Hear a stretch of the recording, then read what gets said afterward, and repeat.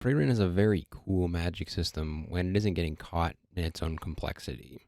It doesn't reach the depths of a system like Nen, but for using more traditional magic, it's one of the better magic systems out there. And I think a lot of this is how magic is talked about and how the different characters use it.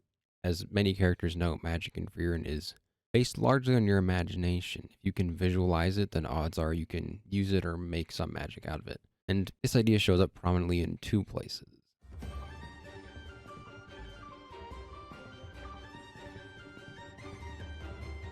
The first is an example that's probably been written off as just the silly little rewards Freeman asks for when doing various requests.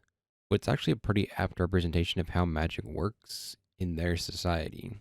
Most of the time we see Freeman and friends do a request, usually get some grimoire with a spell like keep your body warm or turning grapes into the other type of grapes or making hot tea. These various silly spells with no traditional combat usage or any combat usage at all, but they're magic that someone created with a purpose. Someone was able to visualize making hot tea or imagined having a spell that made hot tea, and so they did. The magic still has its mystical nature, but it's also rooted in the headspace of the person creating and wielding it. It's tied to the characters of the story for better or for worse. Personally, I like this idea because it gives us a nice overview of a character, even if we don't learn too much about them. Their magic reveals how they think, their strengths and weaknesses, and then also their fighting style. They refer to it as rock, paper, scissors, but much more complex, which is a way to phrase that, and more than likely refers to how sometimes you just have a bad matchup and lose. Because Nen uses a similar metaphor but focuses more on that matchup aspect of it. Whereas I think Frieren still has it, but I think undersells the creativity of the magic by sticking with that whole rock, paper, scissors thing. And there's also Frieren who kind of is just like that fourth part of rock, paper, scissors that you make up when you're a kid where it's like force field and you just win everything. I think a better image for the magic is focusing on that visualization aspect where if you can visualize it, you can make it. The only time that it's felt like there was a matchup difference was really in the exam arc. The rest has just been free running company taking the win regardless of the opponent.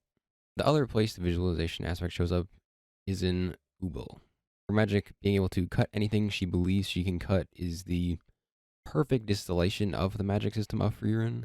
Her two most notable opponents in the series so far illustrate how you can just win by letting your imagination run wild. Logic of hair can be cut, leading to be able to defeat sense makes perfect sense.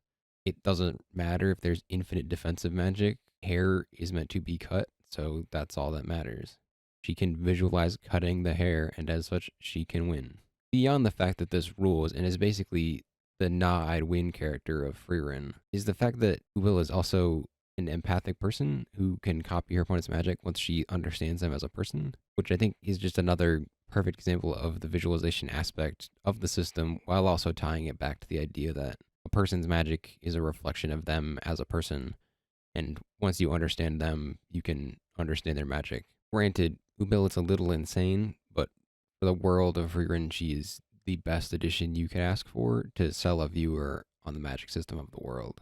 Her backstory and fight against sense is what made me write this video because it rules. She made this magic system fully click with me and also just made me like her a whole lot, even if she is a whole lot of unhinged. However, there's also another aspect to the magic system in Freedom that appeals to my love for the determination of humanity and progress, and that's with the two most common spells we see in the show, Zoltrak and then the defensive magic spell. Zoltrak is the simplest attack magic possible, but since it's so simple, it's also the most developed by humanity.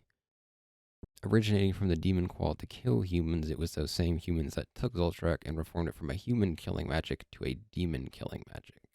The anime uses a nice cardinal black color for walls and then a whiter color for the humans, as if to symbolize humanity has conquered the darkness in it and made it a light spell. But its premise is that humans got together to work on making a spell that could defeat the demons that were giving them trouble by stealing from the demons and turning it into their own weapon. And then you add in defensive magic, a spell created solely by humans to combat Zoltrak and by extension the demons. Progress invites progress, and naturally, while you're developing a spell to attack demons, you also want a way to defend against it. A balance needs to be achieved in order for humanity to sustain magic, otherwise mage battles would just be single-shot showdowns at high noon. My headcanon that I just came up with for defensive magic is that it has no formal name because it was just a collective human invention, as such, just doesn't have a specific person to herald as the creator. It's the only prominent spell used in the series that has no formal name, but I kind of love that it doesn't. Humanity worked together to create this spell to combat a need, and as such, made one of the strongest defensive spells of all time. There's this sense of innovation present in defensive magic and also in the magic system as a whole. Magic responds to the needs of the individual as well as the needs of the world. They can hone and enhance their unique magic while also honing magic for the use of everyone. Most of the overlap comes in the form of supportive spells, while for offensive spells, most characters have their own unique style. And even among support spells, there aren't too many that overlap if you don't include Ubel or the goddess magic. I will always love a series that puts in enough effort to the magic system to give every character their own personal magic.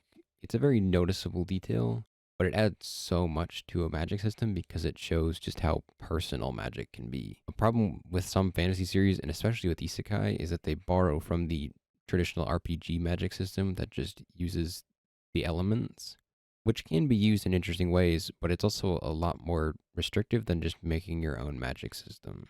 Magic is supposed to be cool and fun, and Frieren demonstrates this through those silly spells, but also through the combat ones. Using the elements can make a good basic magic system, but putting in that extra effort to be creative and remove unnecessary limiters is what can make a truly great magic system, or really any power system.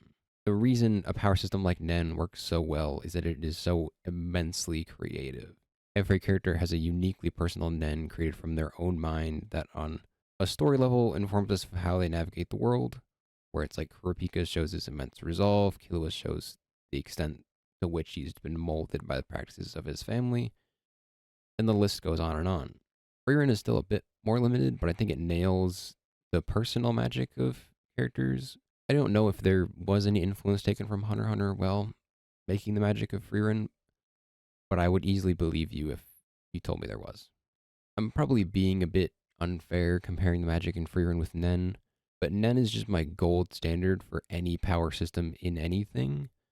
I'm not expecting anything to match up to it, but I think there are countless areas to take from it while making a power system of any kind that give you a leg up on the competition. And for me personally, taking the personal magic aspect of it is probably my favorite one to take. It's also probably the simplest to consider on an author's end because you just have to really think about making a character with their special power or magic in mind. And I think Frieren does this really well while still keeping their magic fairly simple. I doubt we'll have anything as complicated as Knuckles' Nen power, but I'm okay with that. My brain can only handle so much.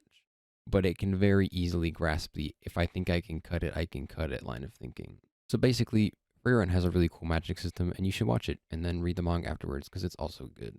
It's up there with some of my favorite fantasy series ever, which is saying a lot when the other two series I can think of that I enjoy more is Berserk and Dungeon Meshi, which is a very high bar to clear. My last point on all this is if you want to write a fantasy series, allow yourself to get weird and creative with it. You're making the world, don't limit yourself to just using the commonly accepted tropes or systems. Just make some weird stuff. Odds are your world will be remembered more if you just made something incredibly weird than if you just stuck to the guidelines. And personally, I'd rather be remembered for something weird than nothing at all.